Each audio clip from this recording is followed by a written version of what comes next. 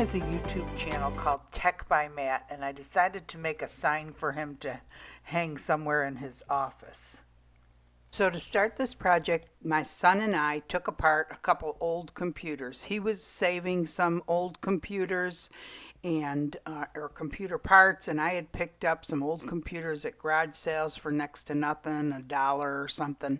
You know, this laptop here that was ancient and didn't work, and we just kind of pulled them apart and used that heavy duty scissors to cut the motherboard apart into different pieces. And I actually took apart a couple of keyboards too for the letters in them, and we honestly spent a good hour or so, but I have this condensed down to about 1 minute.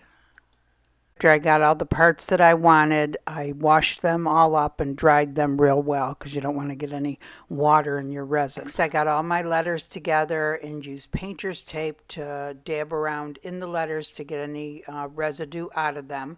Then I took a Pell mold release spray and I sprayed in on all of the letters, and you can see I have to do 2 more T's for matte. So I had pre-mixed the resin. This is craft resin, crystal clear. Mixed it up, let it sit for about 15 minutes so that the bubbles would rise to the top and some would dissipate. And then I poured a very thin layer in the very bottom. This is just a base layer to be able to put my computer parts on. Use the heat gun to try to get rid of some of the bubbles. You have to be very careful when using heat with molds because you can damage the mold and you can cause the resin to actually stick to the mold, which would of course damage it. So a lot of times with molds, bubbles stick right around the sides. So sometimes I'll take a toothpick and go all the way around the edges to remove the bubbles from the side, and then they're more likely to dissipate on their own. If they're stuck to the side and you don't remove them, they will just be bubbles or little holes in the side of your molds, or in the side of your resin piece, I should say. Careful not to let the point of the toothpick touch the bottom of the mold and scratch it. Once this was all done, I did set the whole tray on the floor because I know my floor is level, and I took a cover and put it over it, a dust cover. Next day when it had set, I started putting my computer pieces in. And one of the things that I learned when making this is I think it's in your best interest to just before it's all set up the same day, like 5 hours later maybe, I guess depending on what resin you're using, because some resins set up faster than others. With these keycaps, they got bubbles underneath them because they're kind of rounded underneath. So if the resin had still been soft and I pushed them down into the resin that was, you know, starting to gel, I feel like they would have, number one, not had bubbles under them probably, and number two, would have stayed in position because I had a problem with some of the keycaps moving, which is another reason why you have to keep on coming back and checking the positioning of whatever you happen to put in your resin. The thing I used to fill in the different areas was called Jewelry Shop Findings Gear Mix, and I picked these up at Hobby Lobby, and I also found some on Amazon. So I will link that under the description, and some were small and some were larger. So once I was done positioning all the different pieces, I mixed up more resin, crystal clear, craft resin again, and I started pouring it over each of the letters. I want to say the first pour was about 1/8 of an inch, and the second pour was probably the same amount of resin, but because the components displaced the resin, it came up a little bit more than 1/8 of an inch. So between the two, it was more than 1/4 of an inch of the clear resin, 2 layers. The next day I mixed the same resin again, and I made it into 3 different colors: silver, navy blue, and a light blue, and I just started drizzling it over. I did the gray first, the dark blue, and then the light blue. And the reason I put the gray down first was I wanted to make sure there was some areas with gray. I didn't want the other two colors to totally take over. And I did let this sit and thicken up a little bit before I did it so that the colors wouldn't intermingle as much, so that they would look like separate colors. I don't know if that makes sense. Again, I set it on the floor so that it could set up overnight. I ended up making multiple T's because I didn't like the way they turned out. You see how those letters turned out crooked. Well, with the next batch, what I did when I put the letters in, the first set of resin, the first pour, I waited about 5 hours when it was kind of sticky, and then I stuck the letters in so that they would stick in place. And see how these turned out nice and straight? So that's one tip for you.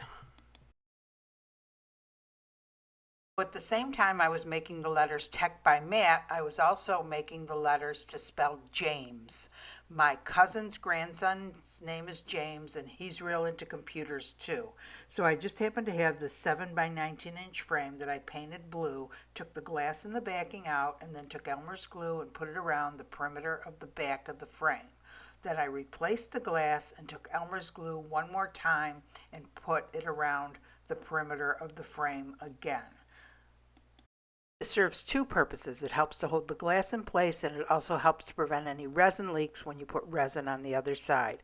This needs to dry overnight and sometimes up to 24 hours depending on how much glue you use.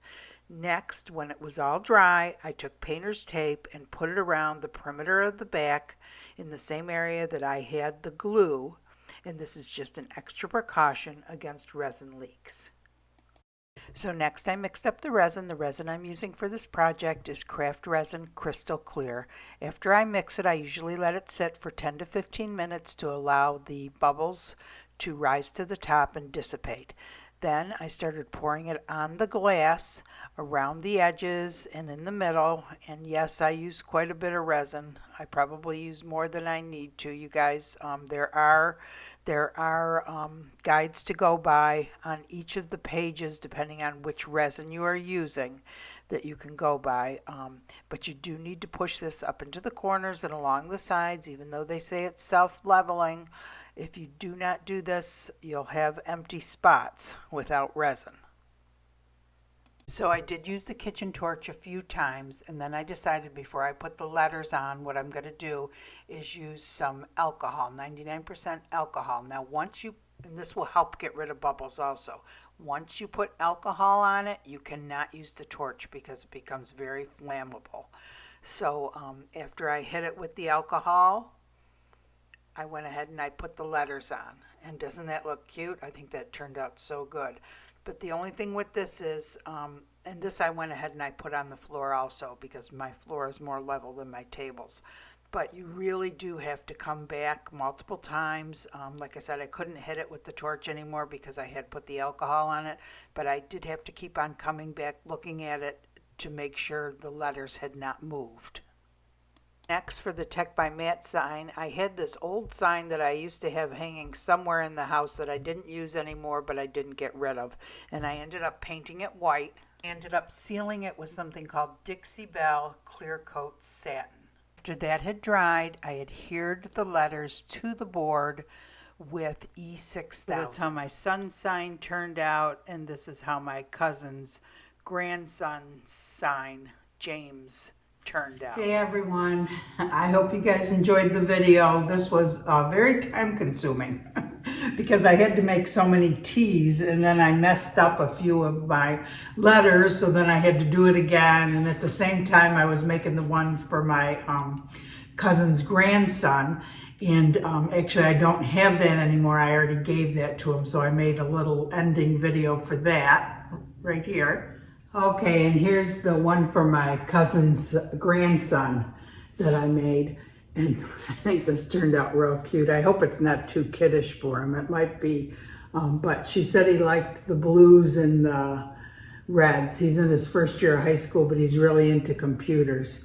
So you can see all the little computer part pieces in there. I think this one turned out really good. Anyway, I wanted to show it to you up close.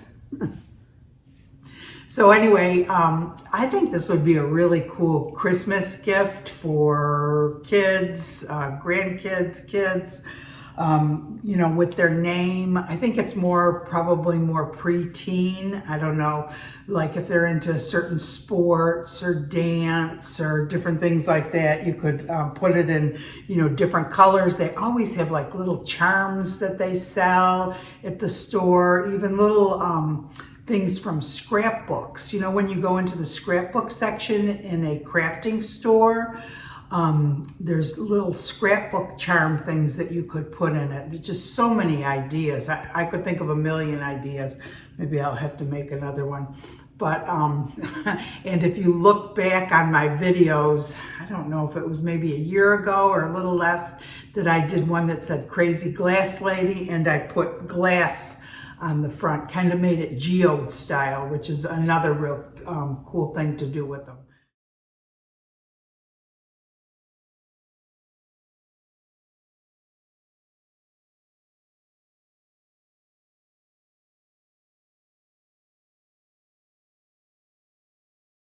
So you can even make one for yourself that says mom or dad or whatever, boss lady. So anyway, I hope you guys enjoyed the video. If you did, please give it a thumbs up. That really helps the channel. If you enjoyed the channel, go ahead and subscribe. We have the Facebook page going now, a great place to ask questions. And I hope you guys all have a great day. Thanks for watching.